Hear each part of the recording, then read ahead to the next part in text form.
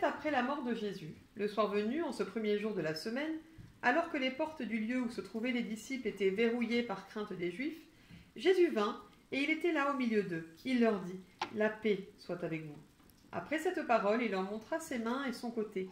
Les disciples furent remplis de joie en voyant le Seigneur. Jésus leur dit de nouveau : « La paix soit avec vous.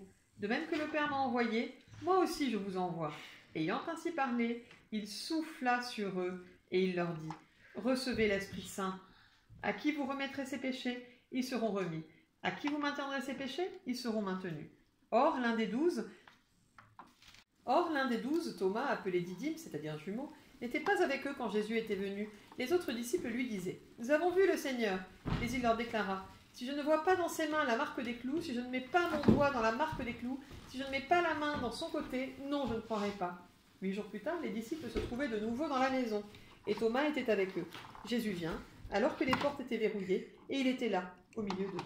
Il dit : « La paix soit avec vous. » Puis il dit à Thomas : « Avance ton doigt ici, et vois mes mains. Avance ta main, et mets-la dans mon côté. Cesse d'être incrédule, sois croyant. » Alors Thomas lui dit : « Mon Seigneur et mon Dieu. » Jésus lui dit : « Parce que tu m'as vu, tu crois. Heureux ceux qui croient sans avoir vu. » Il y a eu encore beaucoup d'autres signes que Jésus a fait en présence des disciples et qui ne sont pas écrits dans ce livre, mais ceux-là ont été écrits pour que vous croyiez que Jésus est le Christ, le Fils de Dieu, et pour qu'en croyant, vous ayez la vie en son nom.